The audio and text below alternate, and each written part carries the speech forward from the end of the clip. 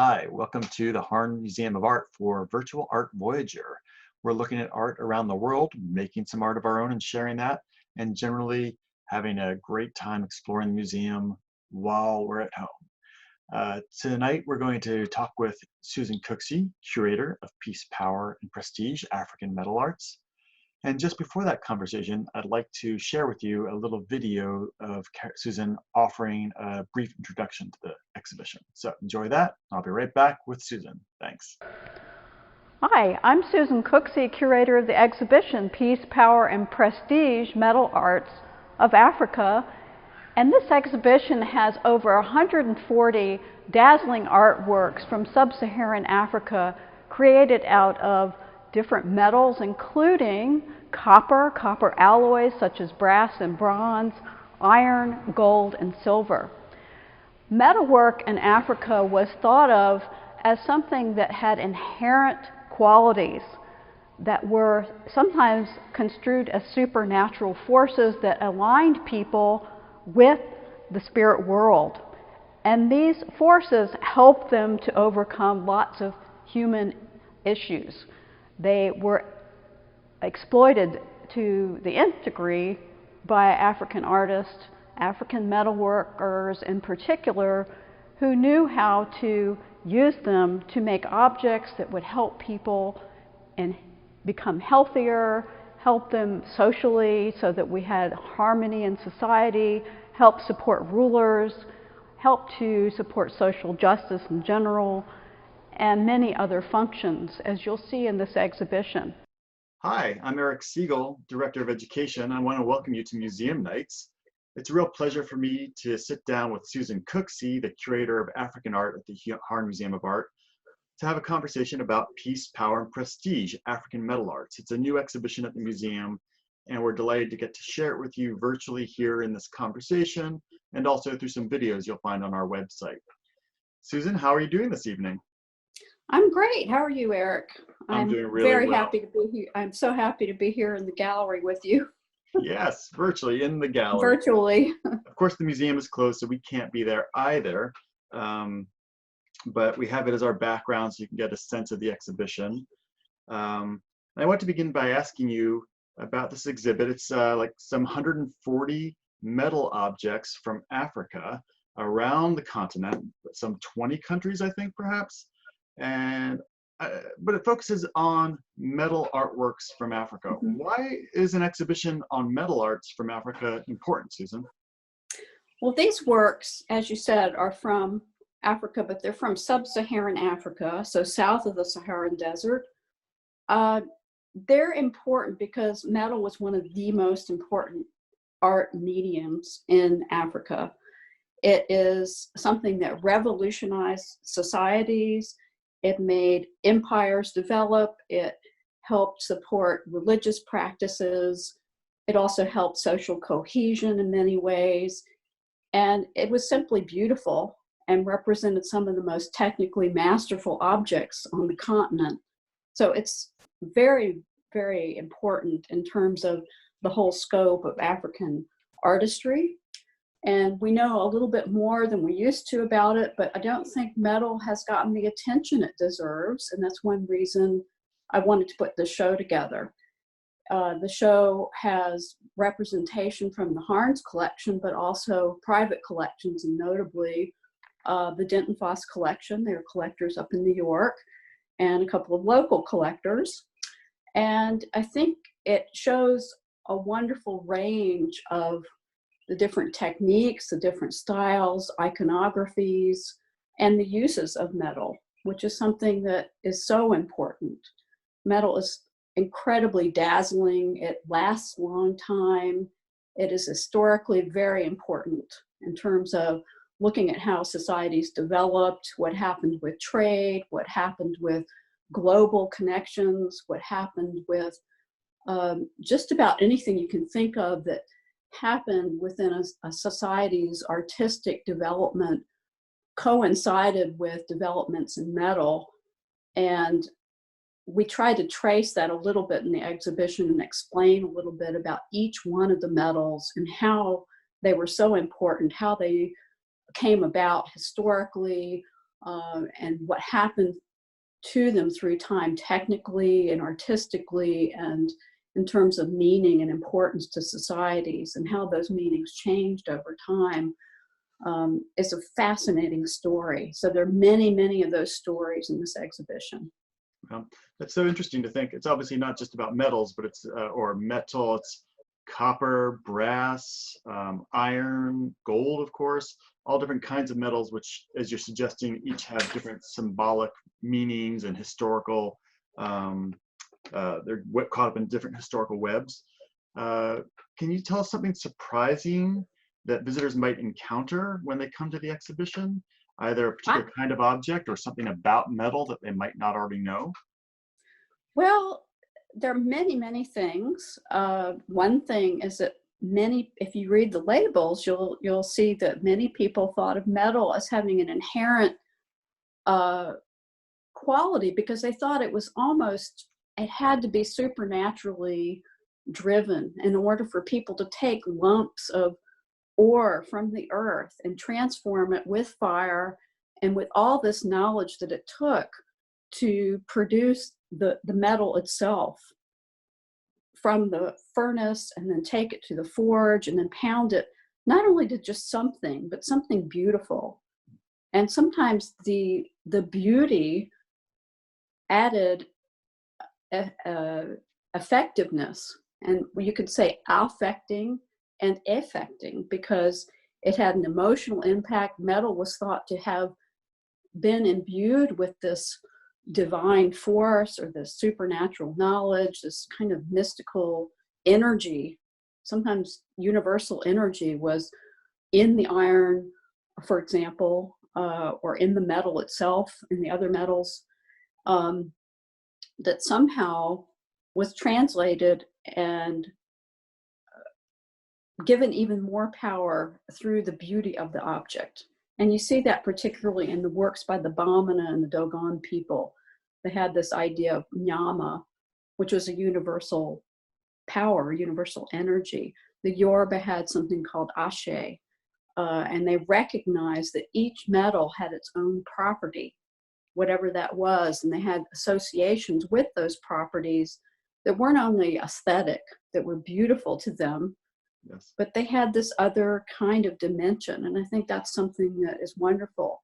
Other than that, I think just visually looking at the objects, there are a lot of them that I am fascinated with, that are tiny amulets that have such detail and such meaning. Every aspect of this tiny, tiny brass or copper alloy or copper or whatever the metal was for this object, even iron, there's something about every tiny dot or triangle or face on it or figure or whatever it was that meant so much. And you can't possibly convey that in an exhibition with just a 100-word label, but it's in there. And I think that people will be stunned when they look at some of those amulets, as well as some of the gold weights from Ghana. The gold weights from Ghana are wonderful little monumental sculptures in miniature. Some of them are only an inch or two tall, and they have all the details of the original object. For example, there's a tiny, tiny chair that is a very special sort of chair that was adapted from a British colonial folding chair that was used when officials came to visit and watch whatever was going on, an outdoor ceremony perhaps or something. And it was adapted by the Akan people, the Ashanti in particular, and studded with all these beautiful brass bosses on it. So they look like all these little raised dots all over the chair. And there's this beautiful scrolling pattern. It's all captured in a tiny, tiny little chair this big. And I guess things like that just fascinate me. Why? Why did somebody bother to make something for weighing gold dust that is just a perfect little sculpture? Why did they go through all that trouble? They could have just had some of the old-fashioned ones they used were geometric shapes. They look like little pyramids or little bars, but these were fascinating sculptures. So there was an outpouring of those in the probably from the 14th to the 17th century, and then up to the early 20th century when they ceased being made. So those kinds of details fascinate me, and the technical, as I said, the ingenuity, the technical mastery is just astounding. And I think there was a sense of the artist having some fun and being expressive, which we can't forget. That's very important to look at artistic agency. Yeah. Sometimes that's overlooked when people talk about metal because it's such a impressive medium. We talk about technique and that sort of thing, but we don't think about creativity and the artist just really having some moments of creative aha moments, you know, and saying, well, why can't I do it like this? And pushing and pushing and pushing that medium. You see that. And that's when we see some of the greatest masterworks on the continent of Africa. For example, 8th century Igbo area in southeast Nigeria, the site of Igbo Ukwu, developed some of the most fantastic bronze works you will see anywhere in the world. And we still don't know very much about them, but they are perhaps one of the richest traditions of bronze working that started in that area that continued to evolve. And it's just such a mystery, and it's something wonderful to me. Yeah. It's so exciting that the exhibition deals with material that traces, it has that aspect that's mysterious because it's traced back in history so far that hundreds of years, we're not quite sure some of the aspects of it. It's a very material that's able to engage with contemporary development, such as or modern development, such as the chair, the gold weight chair, which shows exchange and interaction with the West, with Britain, so that you have the sense of traditional arts very much alive, right? Not traditional arts of something of the past, but that are practiced up through the present, that change and respond in time. Do you have other examples of that can help us see that connection? I think we were talking about iron, and while I don't have representation of that in the exhibition per se, I want everyone to realize that there's a legacy of blacksmithing and ironworking in this country that goes back to people working in Africa that were well known for their work in metalsmithing throughout the world. African iron was considered one of the most sophisticated, strong, and very, the blacksmiths were considered one of the most skilled iron workers in the world. And therefore, they were captured and brought to the New World, to the Americas, to the Caribbean. And they were enslaved. However, because of their special knowledge, they had a certain prestige and a tiny bit more freedom than other enslaved individuals. And their work was so important that they helped with producing armaments and other things for the Revolutionary War in America, for the Civil War. And in other places like Jamaica, they were considered so important and so powerful that there was a ruling that they had to disband this huge forge that was established there with hundreds of workers. And we think that maybe some of those workers ended up in the US. But if you look now, especially in a place like Charleston, South Carolina, and you look at all the beautiful ironwork around the city, that ironwork was made by African-inspired or African descent smiths.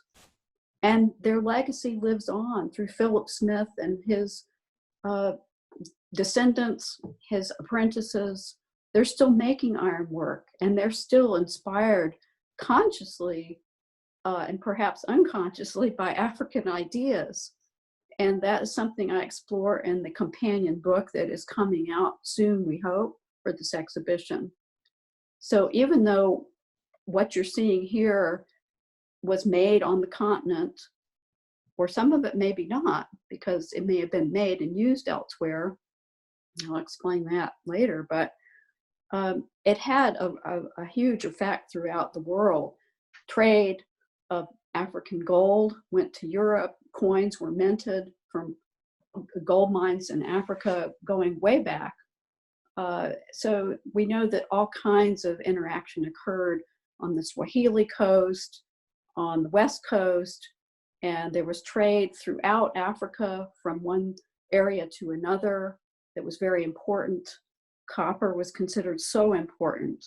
And the copper belt that we know it, and Democratic Republic of Congo, Zimbabwe, Zambia, and that region is one of the most important copper yielding sites in the world now.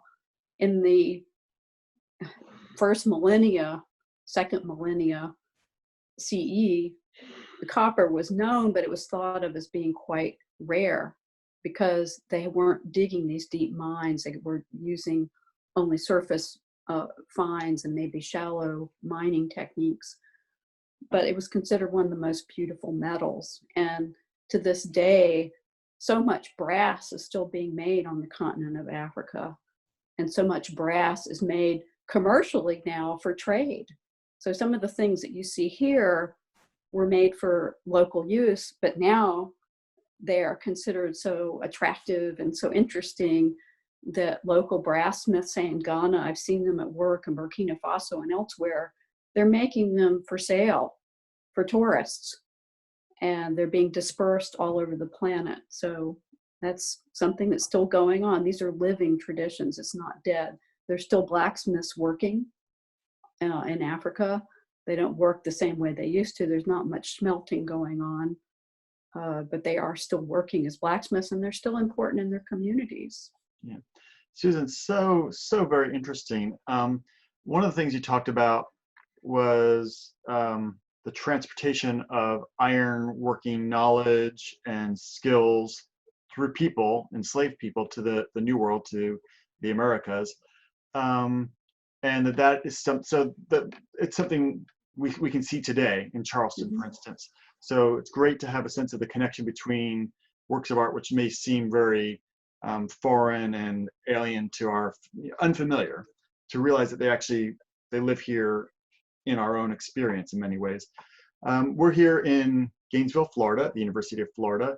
Are there any examples, if people are able to get out and about in this area and explore town, where they might find examples of ironwork that perhaps relates to things to be discovered here in the exhibition?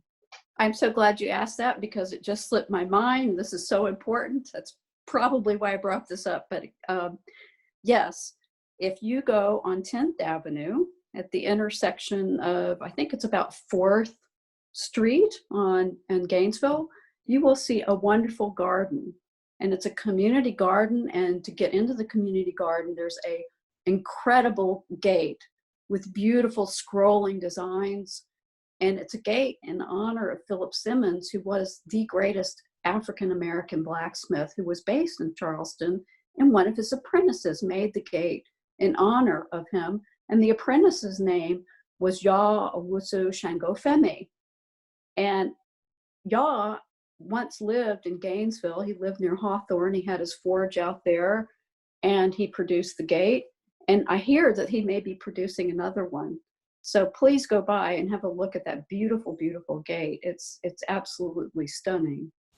Yeah, that would be a great chance to get out of the house, practicing safe social distancing, of course.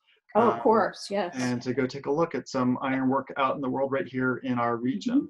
Thank you for sharing that, Susan. So for visitors who are eventually able to come to the exhibition and see it in person, or for visitors who experience parts of the exhibition online, and again, we're going to be posting videos of Susan discussing specific artworks. Those will roll out over the next couple of days and weeks, and you'll really enjoy those. So for visitors who experience the exhibition in these different ways, what are you hoping that they take away from the exhibition? What should they understand after this experience? I just want them to really appreciate the beauty of the metalwork, the technical mastery, the expressiveness of the artist, the variety of it, the fact that it's connected to not only local communities and bolstered local communities and their growth and their development, their social systems, their systems of law and order, justice, the political systems, their economic systems. They promoted status.